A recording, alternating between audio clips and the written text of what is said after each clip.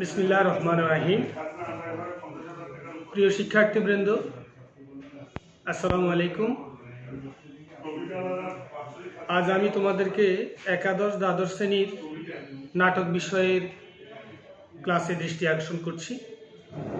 আশা করি তোমরা আল্লাহর রহমতে ভালো আছো, সুস্থ আছো। এই মহা দুর্যোগে আমরা আল্লাহ রাব্বুল আলামিনের কাছে, সৃষ্টিকর্তার কাছে প্রার্থনা করে আমরা সবাই যেন সুস্থ থাকি, ভালো থাকি। কারণ ভালো থাকা, সুস্থ থাকা একটি আল্লাহর বড় নিয়ামত। প্রিয় শিক্ষার্থীবৃন্দ, আজকে আমি তোমাদের বাংলা সাহিত্যের একটি অন্যতম শাখা নাটক সম্পর্কে দৃষ্টি আকর্ষণ করছি। বাংলা সাহিত্যের অপরাপর শাখাগুলোর মধ্যে নাটক একটি গুরুত্বপূর্ণ শাখা। নাটক সম্পর্কে আমি তোমাদের দৃষ্টি আকর্ষণ করছি। আমরা আমাদের পাঠ্য সেকান্দার আবু জাফরের সিরাজউদ্দৌলা নাটক সম্পর্কে আলোকপাত করব। প্রিয় শিক্ষার্থীবৃন্দ, বাংলা নাটকের ইতিহাস 200 বছরের ইতিহাস। বাংলা নাটক এর যাত্রা আমরা জানি যে 1795 খ্রিস্টাব্দে কলকাতার বেঙ্গল থিয়েটারের মাধ্যমে বাংলা নাটকের যাত্রা। সেখানে প্রথম অভিনীত নাটক হচ্ছে কাল্পনিক সংবাদল। এরপরেই আরেকটি নাটকের আমরা সংবাদ পাই, যেটি বাংলা নাট্য সাহিত্যে বিশেষ ভূমিকা রেখেছিল। সেটি হচ্ছে রুশ নাট্যকারের লেবেদেভ নাটকটি, love is the best doctor. তারপর থেকে বাংলা নাটককে আর পিছনে যেতে হয়নি। বাংলা নাটক তার গৌরবের মাধ্যমে সদর্পে এগিয়ে গিয়েছিল। এবার আমরা দেখি সংস্কৃত নট থেকে নাটক শব্দটির উৎপত্তি। নাটকের সাথে নট, নাট্য, নাটক এই তিনটি শব্দ বিশেষভাবে যুক্ত। আর নট শব্দ অর্থ হচ্ছে নড়াচড়া করা। যেহেতু নাটক একসাথে দৃশ্যকাব্য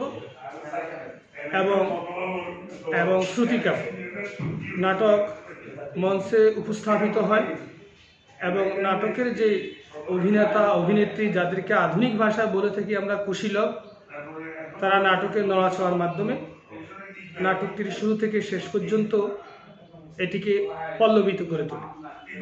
প্রিয় শিক্ষার্থীবৃন্দ, আমরা শেক্সপিয়র সম্পর্কে জানি। তিনি বলেছেন যে আসলে মানুষের যাপিত জীবনটা একটি নাটক।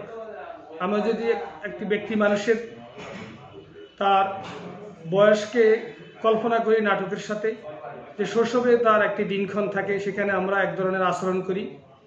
সে আচরণের মধ্যেও কিন্তু নাট্যিক বৈশিষ্ট্য রয়েছে। তার মধ্যম বয়সের তার যাপিত জীবনের মধ্যেও কিন্তু নাট্যিক বৈশিষ্ট্য রয়েছে এবং তার শেষ বয়সের যাপিত জীবনের মধ্যেও নাট্যিক বৈশিষ্ট্য রয়েছে। এই জন্য নাটককে কেউ কেউ বলে থাকেন যে সমাজের দর্পণ। সমাজের সঙ্গতি অসঙ্গতিগুলো নাটকের মধ্যে চমৎকারভাবে সাহিত্যিক উপস্থাপন করে থাকেন, নাট্যকার উপস্থাপন করে থাকেন। এবং নাটকের মাধ্যমে আমরা আমাদের সমাজের চলমান নানা শীল, অশ্লীল, ভালো মন্দ এই বিষয়গুলো সম্পর্কে সরাসরি দর্শককে দৃষ্টি আকর্ষণ করতে পারি এবং এর মাধ্যমে আমরা সুস্থ সমাজ বিনির্মাণেও ভূমিকা রাখতে পারি। প্রিয় শিক্ষার্থীবৃন্দ, আমাদের আজকের পাঠ্য হচ্ছে সিরাজউদ্দৌলা নাটক। তার আগে আমরা নাটকের শিল্পরীতি, নাটকের উপাদান, ঘটনশৈলী এবং রস বিচারের নাটকের বিভক্তি, বাংলা নাটকের বিকাশধারা হিসেবে নাটকের প্রকারভেদ, এই বিষয়গুলোর বিষয়ে তোমাদের দৃষ্টি আকর্ষণ করছি। নাটকের শিল্পরীতি অত্যন্ত জরুরি বিষয় এবং শিল্পরীতি যদি শৈল্পিকভাবে উপস্থাপিত না হয়, একটি নাটক কখনোই সফলতার মুখ দেখে না। এই জন্য সাহিত্য রীতি অনুযায়ী নাটকের শিল্পী রীতিকে কয়েকটি ভাগে ভাগ করা হয়েছে। প্রথম ভাগ হচ্ছে অ্যাকশন বা গতিবেগ, দ্বিতীয় হচ্ছে কনফ্লিক্ট বা সংঘাত, তৃতীয় হচ্ছে আকস্মিকতা, চতুর্থ হচ্ছে সাসপেন্স বা উৎকণ্ঠা এবং সর্বশেষ হচ্ছে ড্রামাটিক আইরনি বা নাট্যশ্লেষ।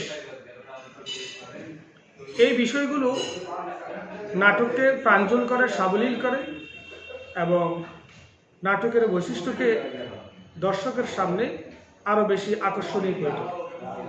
শিক্ষার্থীবৃন্দ, এছাড়াও নাটকের 4টি উপাদান রয়েছে, যে উপাদানগুলো নিয়ে নাটকের শরীর গঠিত এবং যে উপাদানগুলি না হলে একটি নাটক কখনোই নাটক হিসেবে গণ্য হতে পারে না।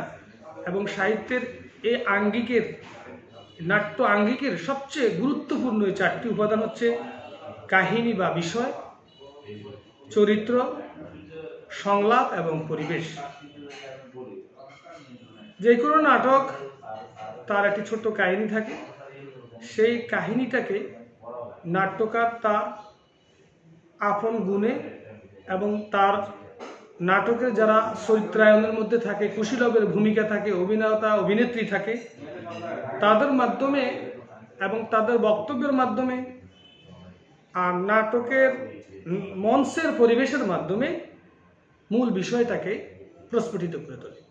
এই জন্য আমরা দেখি কাহিনীর একটি বিশেষ গুরুত্ব রয়েছে, কাহিনী ছাড়া নাটক হবে না।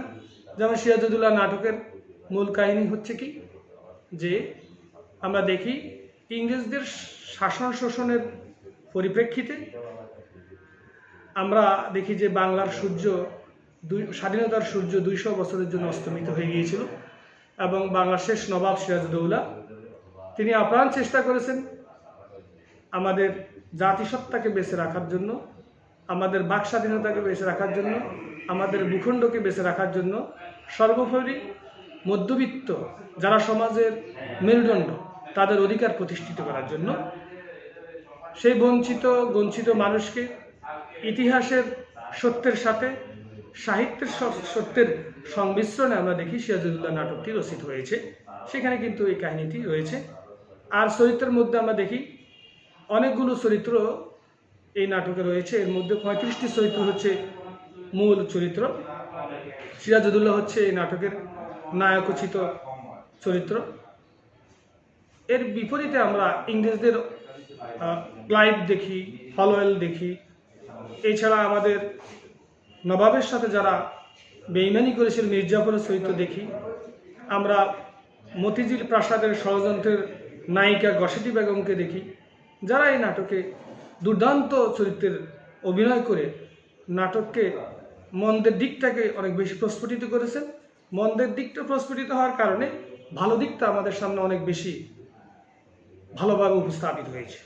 প্রিয় শিক্ষার্থীবৃন্দ, এছাড়াও আমরা দেখি নাটকের আরও কয়েকটি প্রধান ভিত্তি রয়েছে।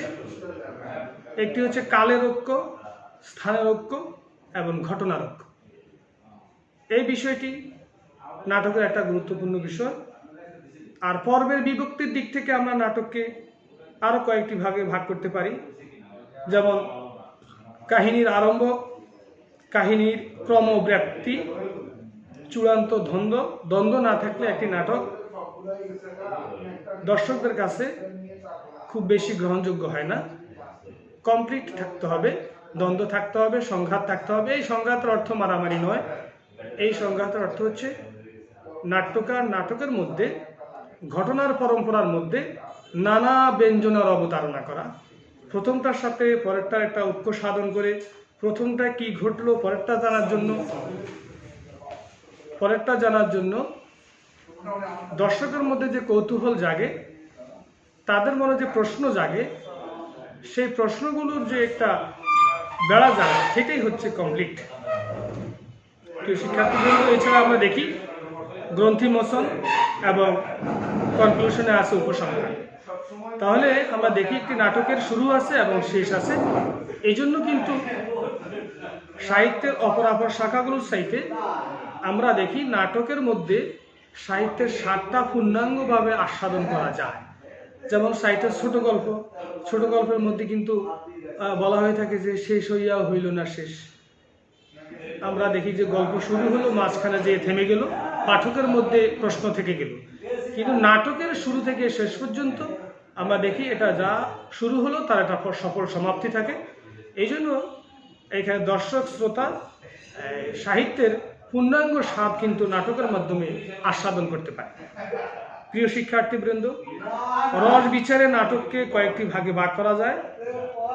একটি হচ্ছে ট্র্যাজেডি বা করুণ রসাত্মক, 2 হচ্ছে কমেডি বা মিলনাত্মক, এবং 3 হচ্ছে ফার্স বা প্রহসন বা হাস্য রসাত্মক।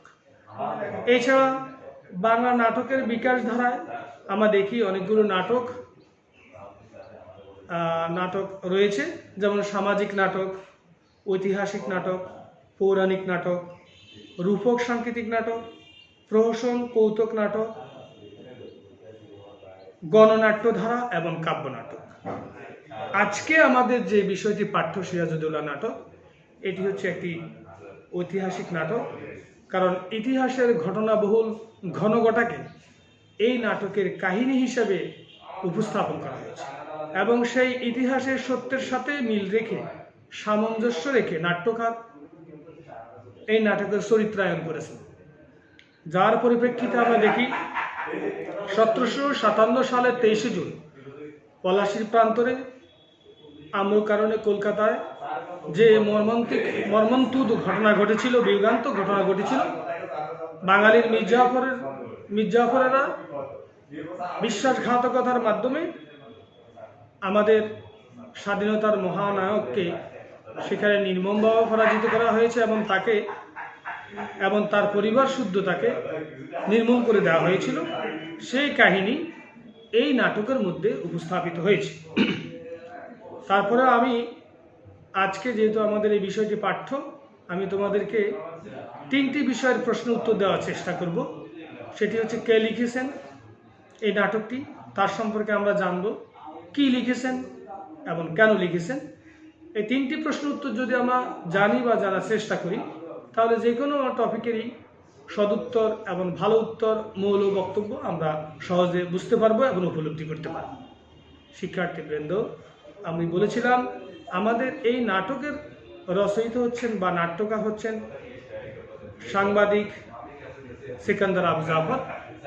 তিনি একজন পেশাগতভাবে জাত সাংবাদিক ছিলেন, যার কারণে তিনি সারণ কবির মতো মানুষের যাপিত জীবনকে উপলব্ধি করেছেন, ইতিহাসকে উপলব্ধি করেছেন, এবং সেই উপলব্ধিজাত ধারণা থেকে তিনি এই সিরাজউদ্দৌলা নাটকটি উপস্থাপন করেছেন, যা ইতিহাসের চরম ট্র্যাজিক বিষয় হিসাবে আমাদের কাছে পরিগণিত হচ্ছে। তিনি সমকাল পত্রিকার সাংবাদিক ছিলেন এবং তার এই নাটকটি রচিত হয়েছে 1965 সালে। আমরা জানি যে সিরাজউদ্দৌলা ছাড়াও এই নামে আরও 2 জন নাট্যকার নাটক রচনা করেছেন।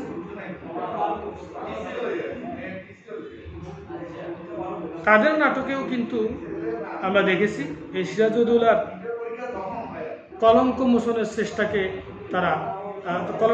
চেষ্টা তারা করেছেন। তাদের মধ্যে অন্যতম নাট্যকার হচ্ছেন গিরিশচন্দ্র, যিনি 1906 খ্রিস্টাব্দে সিরাজউদ্দৌলা নাটক রচনা করেছেন। সিরাজউদ্দৌলা নাটক শচীন চন্দ্র সেনগুপ্ত 1938 সালে, এবং সেই ধারাবাহিকতায় এই ইতিহাসের এই চরম বিষয়কে নিয়ে নাটক রচনা করেছেন সাইদ আহমদ 1989 খ্রিস্টাব্দে। তার নাটকের নাম ছিল শেষ নবাব। তাহলে আমরা দেখি যে ইতিহাসের এই চরম সুন্দর বিষয়টাকে নিয়ে অনেক নাট্যকারী নাটক রচনা করেছেন। তার মধ্যে সিকান্দার আবু জাফর সর্বাঙ্গ সুন্দর একটি নাটক আমাদেরকে উপহার দিয়েছে। প্রিয় শিক্ষার্থীবৃন্দ, বাংলা নাট্য সাহিত্যের সার্থক নাটক রচিত হয়েছে 1852 সালে। এটি রচনা করেছেন তারাচাঁদ শিকদার এবং নাটকটির নাম ছিল বদ্রার্জুন। সেই নাটকের মাধ্যমেই আমাদের নাট্যনীতিতে বাংলা সাহিত্যে একটি গৌরবোজ্জ্বল স্থান রচিত হয়েছে। আর এই গৌরবোজ্জ্বল স্থানকে আরও বেশি ত্বরান্বিত করেছেন, গতিশীল করেছেন বাংলা আঙ্গিকের বিদ্রোহী সাহিত্যিক মাইকেল মধুসূদন দত্ত, তিনি পাশ্চাত্য সাহিত্যের সাথে আমাদের এই প্রাচ্য সাহিত্যের একটি সেতুবন্ধ তৈরি করেছেন। বাংলা সাহিত্যের প্রথম ট্র্যাজেডি, বাংলা সাহিত্যের প্রথম প্রহসন, বাংলা সাহিত্যের প্রথম কমেডি, এই সকল বিষয়গুলো মাইকেল মধুসূদনের হাত ধরে আমাদের সাহিত্যে স্থান করে নিয়েছে। শিক্ষার্থীবৃন্দ, আমরা আবারও আমাদের মূল বিষয় অর্থাৎ সিরাজউদ্দৌলা নাটকের মধ্যে চলে যাচ্ছি। আমরা দেখি এই নাটকে 39টি চরিত্র রয়েছে। এই চরিত্রগুলোর মধ্যে সবচেয়ে নেককার এবং মর্মন্তুদ কয়েকটি চরিত্র রয়েছে। তার একটি হচ্ছে মোহাম্মদী বেগ, যিনি মাত্র 10,000 টাকার বিনিময়ে নবাব সিরাজউদ্দৌলাকে নির্মমভাবে হত্যা করেছে। এবং আরও কয়েকটি চরিত্র রয়েছে যারা নির্মমতার পরিচয় দিয়েছেন, যেমন উমিচাঁদ। আমরা অনেকে ভুল কমে বলে থাকি যে উর্মিচাঁদ, আসলে শুদ্ধ নাম হচ্ছে উমিচাঁদ, যিনি মোহাম্মদী বেগকে প্ররোচিত করেছেন নবাবকে হত্যা করার জন্য। তার সাথে যুক্ত হয়েছে ঘসেটি বেগম এবং মির্জাফর সহ আরও অনেকে। আসলে নির্মমতা সবার জন্যই কঠিন। কেউ কারো উপরে জুলুম করলে সেই জুলুম প্রকারান্তরে নিজের উপরে এসে পড়ে। আমরা এই সিরাজউদ্দৌলা নাটকের মধ্যে দেখতে পাই যারা সিরাজের সাথে বেইমানি করেছে, বাংলার স্বাধীনতার সাথে বেইমানি করেছে, বাংলাদেশের এই মানুষের ভূখণ্ডের সাথে বাক স্বাধীনতার সাথে বেইমানি করেছে, তাদের নির্মম পরিণতি ঘটেছে শেষে। আমরা দেখেছি যে ঘসেটি বেগমকে নদীতে ডুবে মৃত্যুবরণ করতে হয়েছে এবং মির্জাফর কুষ্ঠরোগে নির্মমভাবে মৃত্যুবরণ করেছে। আর সততার কারণে, সত্যনিষ্ঠতার কারণে, কর্তব্যপরায়ণের কারণে এবং দেশমাতৃকার প্রতি প্রতিশ্রুতিশীল মানসিকতার কারণে নবাব সিরাজউদ্দৌলা ইতিহাসের পাতায় স্থান করে নিয়েছেন এবং আজকেও আমরা তাকে স্মরণ করছি। আমাদেরকে রবীন্দ্রনাথ ঠাকুরের সে বক্তব্য বলতে হচ্ছে যে এরকম, যে স্মরণের আবরণে মরণে রাখিব ঢেকে। সত্যিকার অর্থেই আজকে আমরা স্মরণের আবরণে মরণে ঢেকে রাখছি। সিরাজউদ্দৌলা আক্ষরিক অর্থে পৃথিবী থেকে চলে গেলেও তিনি কিন্তু আমাদের মধ্যে এখনো বিজয়ী হিসাবে স্থান করে আছেন এবং আমরা তাকে শ্রদ্ধার সাথে স্মরণ করছি। প্রিয় শিক্ষার্থীবৃন্দ, সংলাপ একটি নাটকের গুরুত্বপূর্ণ বিষয় এবং সংলাপ একটি নাটকের তাৎপর্যবাহী বিষয় এবং সংলাপ অনেক বেশি সংকেতবাহী হয়। একটি সংলাপের মাধ্যমে নাটকের তাৎপর্যটাকে অনেক বেশি তাৎপর্যমণ্ডিত করে উপস্থাপন করা হয়ে থাকে। এই জন্য আমি তোমাদেরকে এই নাটকের বিশেষ কিছু সংলাপের প্রতি দৃষ্টি আকর্ষণ করছি। এই জন্য দৃষ্টি আকর্ষণ করছি যে এই সংলাপগুলো কিন্তু আমাদের যে উদ্দীপক দেওয়া হয় সেই উদ্দীপকে ব্যাখ্যার জন্য দিয়ে থাকি আমরা এবং পরীক্ষায় এই সংলাপগুলো এসে থাকে। এই জন্য আমি আহ্বান করব তোমরা এই নাটকটির শুরু থেকে শেষ পর্যন্ত পড়তে হবে এবং গুরুত্বপূর্ণ চরিত্র, গুরুত্বপূর্ণ সংলাপ, এই বিষয়গুলো সম্পর্কে তোমাদেরকে সম্যক ধারণা নিতে হবে। সেই ধারণা থেকেই আমি তোমাদেরকে বিশেষ কিছু সংলাপ সম্পর্কে দৃষ্টি আকর্ষণ করছি। যেমন একটি সংলাপ হচ্ছে এরকম: বাংলার বুকে দাঁড়িয়ে বাঙালির বিরুদ্ধে অস্ত্র ধরবার স্পর্ধা ইংরেজ কোথায় পেল, কোথা থেকে পেল। এই সংলাপটি বলিষ্ঠতার সাথে উপস্থাপন করেছেন এই নাটকের নায়ক নবাব সিরাজউদ্দৌলা এবং তিনি ইংরেজ ঘুষখোর ডাক্তার হলওয়েলকে তিনি ধমকের সুরে এই সংলাপটি উপস্থাপন করেছেন এবং তাকে বলেছেন।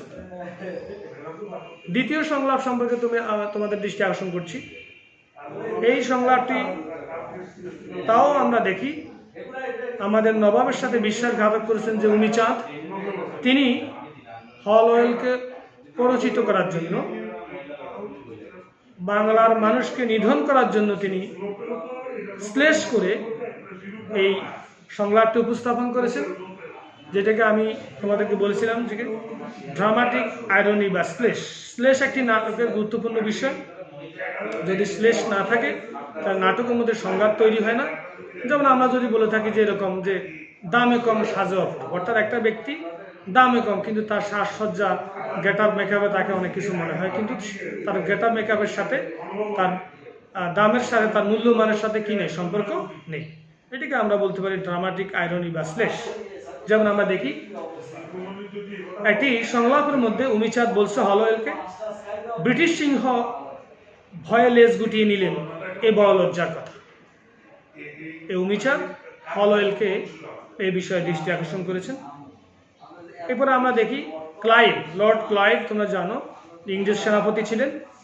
তিনি একটি শ্লেষ করে তিনি একটি সংলাপ বলেছেন। তিনি বলছেন, আমরা এমন কিছু করলাম যা ইতিহাস হয়ে থাকবে। সত্যিকার অর্থেই আমরা দেখি ক্লাইভ গংরা মির্জাফরের সহযোগিতায়, উমিচাঁদের সহযোগিতায়, ঘসেটি বেগমের সহযোগিতায় এমন কিছু কাজ করেছেন যা থেকেই ইতিহাসে স্থান করে নিয়েছেন। তবে সেই স্থানটা ইতিহাসে আস্থা করে নিক্ষিপ্ত হয়েছে।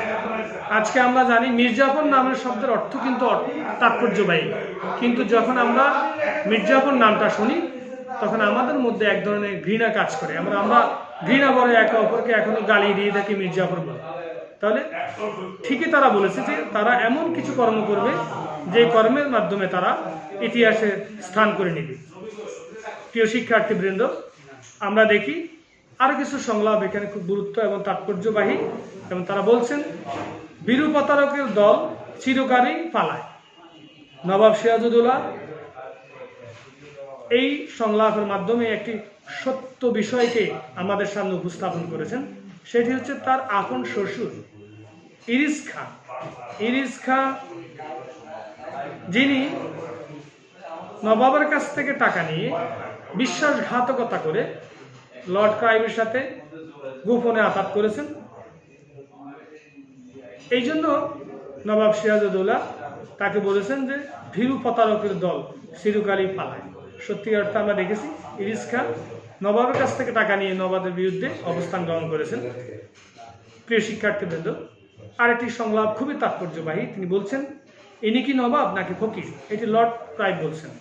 নবাব যখন শেষ দিকে যুদ্ধ করতে করতে আর পারছেন না এবং তিনি যখন আশাহত, তার সমস্ত সৈন্য সামন্ত সহ কিছু দুর্বৃত্ত রাজনৈতিক দুর্বৃত্তায়ন আশ্রয় নিয়ে বিশ্বাসঘাতকতা করে তাকে ছেড়ে ছুড়ে যাচ্ছিলেন, তখন লর্ড ক্লাইভ এই রয়্যাল বেঙ্গল টাইগার নবাব সিরাজউদ্দৌলাকে দেখে তার মধ্যে করুণা জেগেছে এবং তিনি শ্লেষ করে এই করুণাত্মক উক্তি উপস্থাপন করেছেন, সংলাপটি উপস্থাপন করেছেন।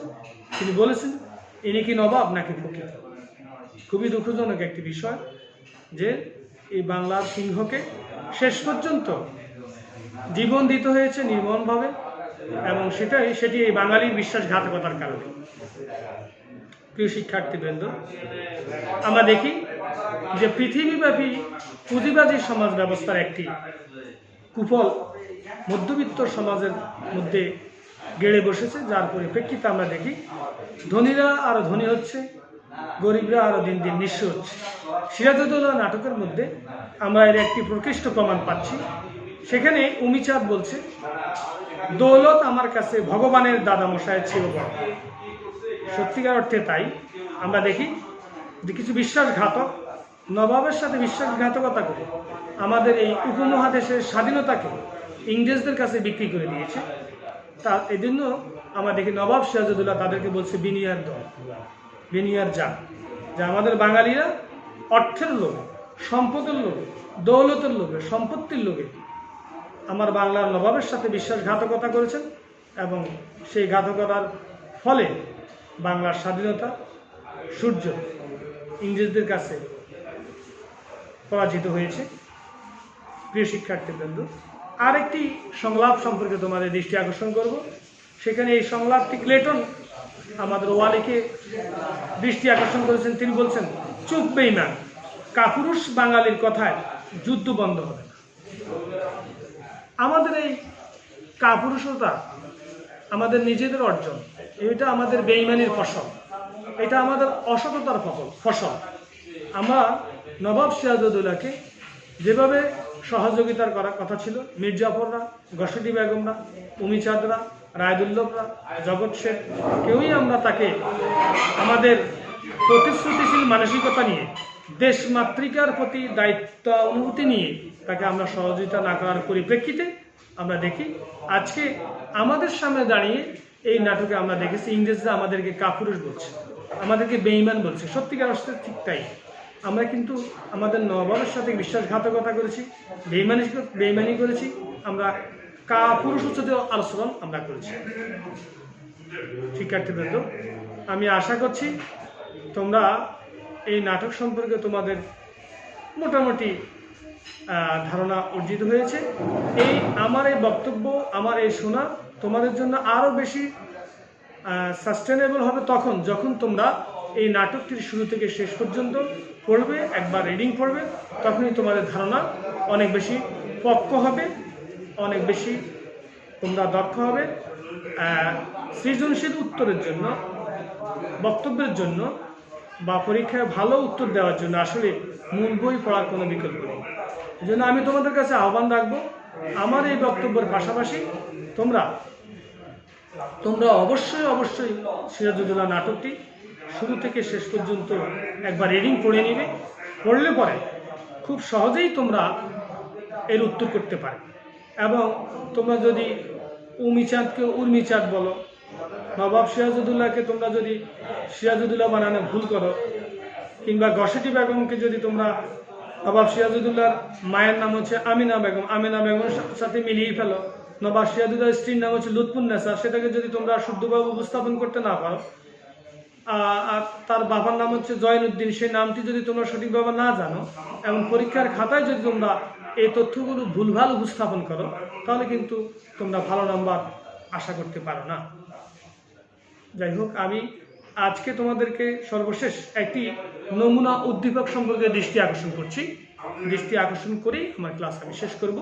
প্রিয় শিক্ষার্থীবৃন্দ, আমি তাহলে নমুনা উদ্দীপকটি সম্পর্কে তোমাদেরকে দৃষ্টি আকর্ষণ করে বলছি।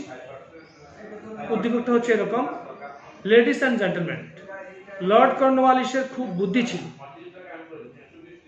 তিনি পার্মানেন্ট সেটেলমেন্ট দ্বারা জমিদার করিলেন, আর জমিদারগণ লেজ দাঁড়িতে লাগেন। আপনারা বলেন, কর্নেল ক্লাইভ যুদ্ধ করিয়া বঙ্গদেশ জয় করিলেন। No, never. I must not talk like an idiot. ইতিহাসকে মিথ্যা করিতে পারিব না। বাংলাদেশের মিরাজ আলী সকল আপন হস্তে ক্লাইভের পকেটে বাংলাদেশকে গুসরাইয়া দিলেন। So long live Miraz Ali, long live জমিদার জাতি। প্রিয় শিক্ষার্থীবৃন্দ, এই উদ্দীপকের মধ্যে আমরা দেখি যে জমিদার প্রথা আমাদের দেশে প্রতিষ্ঠিত ছিল, কিন্তু ইংরেজরা খুব কৌশলে আমাদের দেশীয় জমিদারদেরকে প্রত্যাখ্যান করে তাদের অন্নভোগী, তাদের অধীনে চাকরি করে তাদের অন্নদাস কিছু কর্মচারীকে এই জমিদারির সাথে যুক্ত করে দিলেন। আর তার সাথে সেই অন্নদাস কর্মচারীদের সাথে আমাদের দেশে কিছু মিরাজ আলী তথা মীর জাফরের মতো লোকেরা আঁতাত করে কি করলেন, আমাদের বাংলাদেশটাকে, আমাদের এই ভূখণ্ডটাকে নবাবের সাথে বেঈমানি করে ইংরেজদের পকেটে গুছিয়ে দিলেন। সেই বিষয়ে কিন্তু এই উদ্দীপকে দৃষ্টি আকর্ষণ করা হয়েছে। তো এই উদ্দীপকের আলোকে আমরা কয়েকটি প্রশ্ন করতে পারি। যেমন একটি প্রশ্ন হতে পারে জ্ঞানমূলক প্রশ্ন: সিরাজউদ্দৌলা কোন ধরনের নাটক? প্রিয় শিক্ষার্থীবৃন্দ, সিরাজউদ্দৌলা কোন ধরনের নাটক? আমরা যদি বিকশিত রীতি অনুযায়ী দেখি, তাহলে এটাকে আমরা বলতে পারি যে এটি একটি ঐতিহাসিক নাটক। আর যদি বাংলা রীতি রস বিচারে যদি আমরা এটাকে ধরি, তাহলে এটাকে আমরা বলতে পারবো যে এটি একটি বিয়োগান্তক বা ট্র্যাজেডি নাটক রসের বিচারে। আবার আমরা যদি অঙ্কের বিচারে দেখি যে এই নাটকে পাঁচটি অঙ্ক রয়েছে, যে অঙ্কগুলিকে আমরা প্রকারান্তর অধ্যায় বলতে পারি। এই 5 অঙ্কের নাটক এটি। দ্বিতীয় প্রশ্ন এরকম: কেউ নেই, কেউ আমার সঙ্গে দাঁড়ালো না লুৎফা। এই উক্তিটি নবাব সিরাজউদ্দৌলার, এই উক্তিটির তাৎপর্য বুঝিয়ে বলুন। কেউ নেই, কেউ আমার সঙ্গে দাঁড়ালো না লুৎফা। এখানে নবাবের আফসোস, অসহায়ত্ব প্রকাশিত হয়েছে। সত্যিকার অর্থে তাই। তিনি যাদেরকে আপন ভেবে ইংরেজদের বিরুদ্ধে যুদ্ধ করতে গিয়েছিলেন, তার সেই সকল সেনাপতি, তার সেই সকল যোদ্ধা তার সাথে বেইমানি করেছে। জীবন শেষে তিনি জীবন দিয়ে প্রমাণ করেছেন তিনি মাতৃভূমিকে ভালোবাসেন, মানুষের অধিকারকে ভালোবাসেন। কিন্তু তার সাথে যারা ছিল তারা তার সাথে ছিলেন না শেষ পর্যন্ত। না থাকার কারণে তিনি তার প্রিয়তমা স্ত্রীকে আফসোস করে বেদনাসিক্ত হৃদয় নিয়ে তিনি তার দৃষ্টি আকর্ষণ করে বললেন, লুৎফা, কেউ নেই, কেউ আমার সঙ্গে নেই, এবং কেউ আমার সঙ্গে দাঁড়ালো। এই উক্তিটি আসলে সত্যিকার অর্থে একটি তাৎপর্যবাহী উক্তি। আমরা আরেকটি প্রশ্নের দৃষ্টি আকর্ষণ করতে পারি উদ্দীপকের বিষয়বস্তু অনুযায়ী। যেমন বলা হচ্ছে যে উদ্দীপকের সিরাজউদ্দৌলা নাটকে বাঙালি শ্রেণীর কোন বৈশিষ্ট্য তুলে ধরা হয়েছে আলোচনা। বাঙালি আসলে সবসময় এক ধরনের বিশ্বাসঘাতকতা বাঙালির রক্তের মধ্যে ছিল। নবাব সিরাজউদ্দৌলা থেকে শুরু করে আমরা দেখি আমাদের মুক্তিযুদ্ধের সময় কিন্তু বাঙালি আপন ভাইয়ের বিরুদ্ধে অস্ত্র ধরেছে, আপন ভূখণ্ডের বিরুদ্ধে যুদ্ধ করেছে। আমাদের এদেশের মানুষের বিপক্ষে অবস্থান নিয়ে আমরা দেখেছি বাঙালিরাই কিন্তু বাঙালিদের ক্ষতি করার চেষ্টা করেছে। সেই শিক্ষা আমরা কিন্তু সিরাজউদ্দৌলা সেই পলাশীর যুদ্ধের মধ্যে যেমন দেখতে পাই, আমাদের মহান মুক্তিযুদ্ধেও কিন্তু আমরা এটি দেখতে পেয়েছি। তার মানে হচ্ছে যে আসলে তোমরা জানো আমাদের মহান মুক্তিযুদ্ধের মহানায়ক, বাঙালির শুদ্ধ নায়ক, বাঙালির বিশুদ্ধ অভিভাবক, জাতির জনক বঙ্গবন্ধু শেখ মুজিবুর রহমান তার অসমাপ্ত আত্মজীবনীর মধ্যেও বলেছিলেন এরকমই কথা, এরকম যে বাঙালির মধ্যে একটি বিশ্বাসঘাতকতা চরিত্র রয়েছে। এটি খুবই দুঃখজনক, খুবই কষ্টকর, যার পরিপ্রেক্ষিতে আমরা বাঙালিরা নিজেদের ক্ষতি করছি এবং আমাদের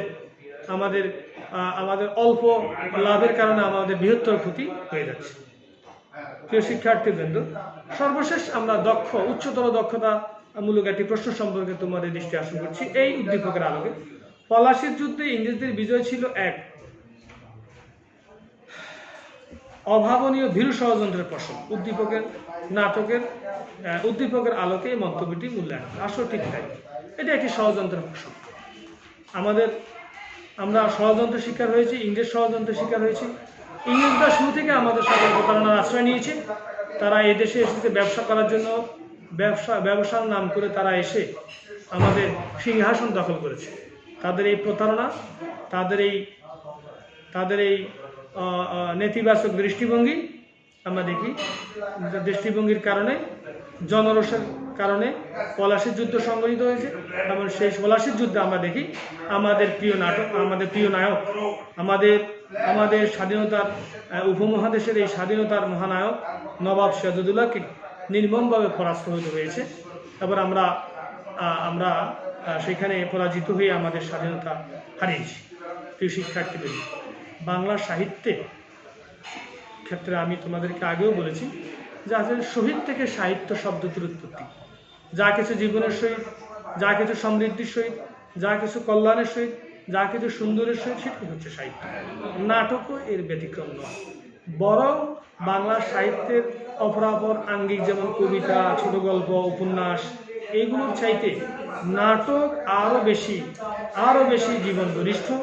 জীবনের কদাচার, অনাচার, জীবনের দুঃখ, ব্যথা, বেদনা, প্রাপ্তি, অপ্রাপ্তি, সৌন্দর্য, সমৃদ্ধি, এই সকল বিষয়গুলো নাটকে অনেক চমৎকারভাবে উপস্থাপিত হয়ে থাকে।